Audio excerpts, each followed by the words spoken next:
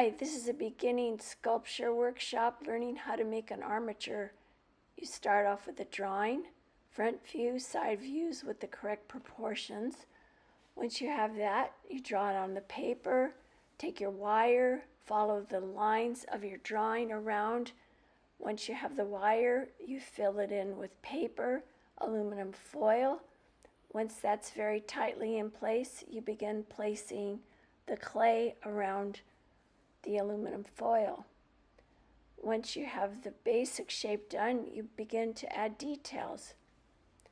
Once the clay is dry, you add gesso, which is the undercoating to protect your clay from the other paint. Once the gesso is dry, you add your colors and create your own masterpiece. In our class, we use our own creativity to create an individual sculpture. We don't expect to copy the model. You want to use your own artistic freedom. Thanks for watching. This is an armature class, learning how to build your first sculpture. This little puppy will be finished today.